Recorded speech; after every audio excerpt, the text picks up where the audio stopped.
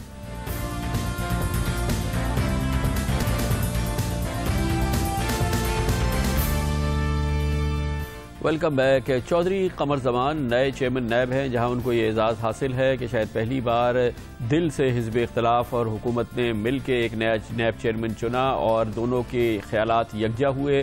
وہاں ان کو یہ بھی اعزاز حاصل ہو جائے گا, اور آج ہو گیا کہ وہ مسلسل چوتھے چیئرمین نیب ہیں جن کی تعیناتی کو سپریم کورٹ آف پاکستان میں چیلنج کیا گیا ہے.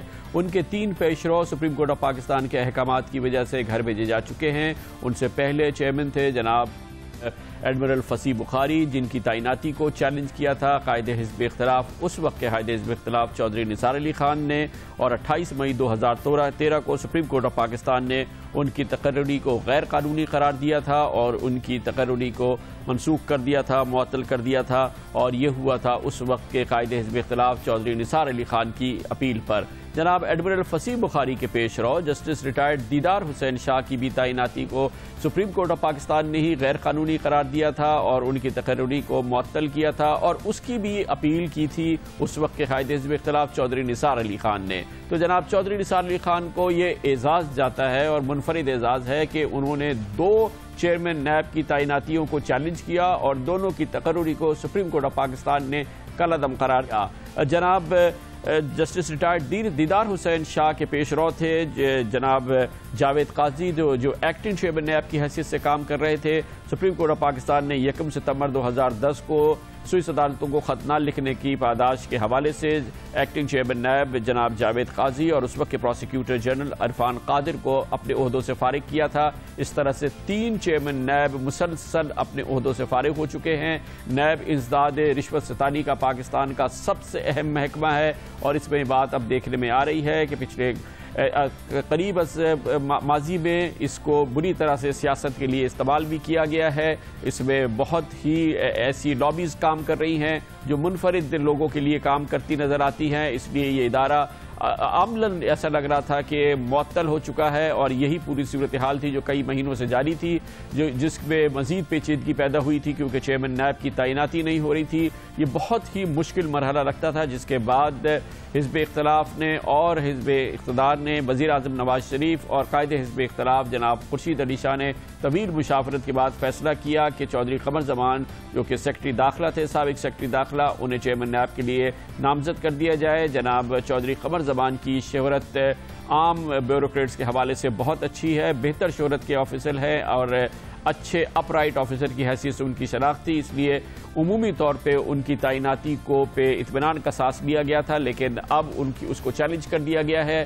ایک بار پھر سپریم کورٹ کا دروازہ کھٹکھٹایا گیا ہے نئے چیئرمین نیب کے حوالے سے, اور اب درخواست لے کے پہنچے ہیں عمران خان. تحریک انصاف کا کہنا یہ ہے کہ ان کی تعیناتی بھی غیر قانونی ہے اور اسے معطل قرار دیا جائے. کیوں غیر قانونی ہے اور اسے کیوں معطل قرار دیا جائے, یہ ہمیں بتائیں گے تحریک انصاف کے ممتاز سینئر رہنما جناب ڈاکٹر عارف علوی.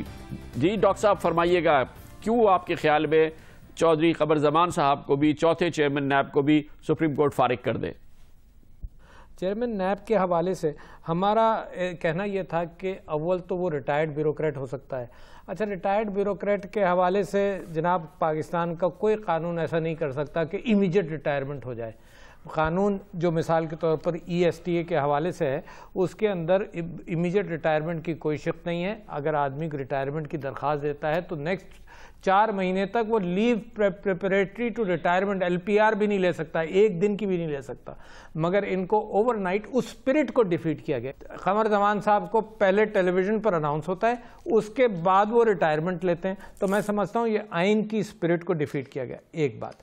دوسری بات میں آپ سے یہ کہنا چاہتا ہوں کہ یہ NICL کیس جو سپریم کورٹ نے اتنے زوروں میں لیا تھا, اس NICL کے 3 پراپرٹیز تھیں. ایک دبئی میں تھی, ایک لاہور میں تھی اور ایک کراچی میں تھی, جس کے اندر بے انتہا ایگزاربیٹنٹ پیسہ دیا گیا اور وہ پراپرٹیز خریدیں گے جن کو پیسہ دیا گیا انہوں نے پیسہ کھایا. منٹس کا ذکر ہے, ہم نے منٹ سبمٹ کر دیے NICL کے جس کے اندر قمر زمان صاحب نے اگریمنٹ کیا تھا پراپرٹیز کو بائی کرنے کے لیے. اور اس کے ساتھ ساتھ جناب وہ کنٹیمپٹ ہے, سپریم کورٹ کا کنٹیمپٹ نوٹس ہے انڈر 57(1). مجھے نہیں معلوم کہ وہ کنٹیمپٹ پروسیس ہوا یا نہیں ہوا, یہ پینڈنگ ہے. وہ کنٹیمپٹ نوٹس بھی ہے. اور پھر ہم نے کہا کہ ریٹائرمنٹ کے حوالے سے یہ جو جلدی سب کچھ کیا گیا, یہ spirit of the constitution and the law کو وائلیٹ کیا. بہت بہت شکریہ ڈاکٹر عارف الوی. بتا رہے تھے کہ تحریک انصاف کیا آرگیومنٹس لے کے سپریم کورٹ آف پاکستان گئی ہے کہ چوتھے مسلسل چیئرمین نیب کی تعیناتی کو کالعدم قرار دے دیا جائے. یہ بھی ایک بہت ہی اہم واقعہ ہوگا اگر ایسا ہو جائے. مگر سب سے بنیادی سوال یہ ہے کہ وہ شخص, وہ فرشتہ کہاں سے لائیں جس پر پاکستان کی ہر سیاسی جماعت کو, ہر مؤثر بڑی سیاسی جماعت کو, میڈیا کو کسی پر کوئی اعتراض نہ ہو.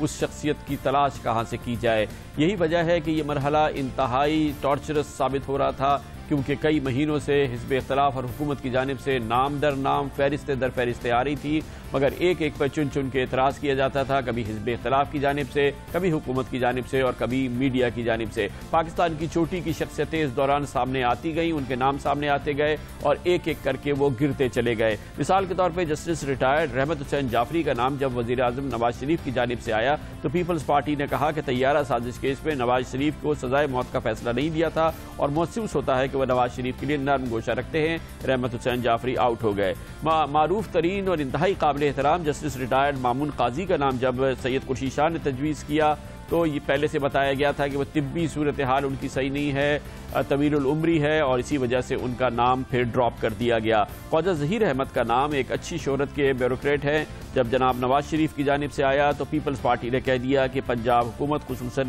وزیر اعلیٰ شہباز شریف سے ان کے دوستانہ تعلقات ہیں. انتہائی قابل احترام جج, ریٹائرڈ جج جسٹس ریٹائرڈ سردار رضا خان کا نام جب جناب قرشی شاہ نے تجویز کیا تو ذرائع ابلاغ نے ان پر اعتراض کیا اور یہ بھی کہا گیا کہ وہ فاروق نائک فارمولے کے تحت انہوں نے جج کی حیثیت سے دوبارہ حلف اٹھایا تھا, اس لیے جناب جسٹس ریٹائرڈ سردار رضا خان کا نام بھی ڈراپ ہوا.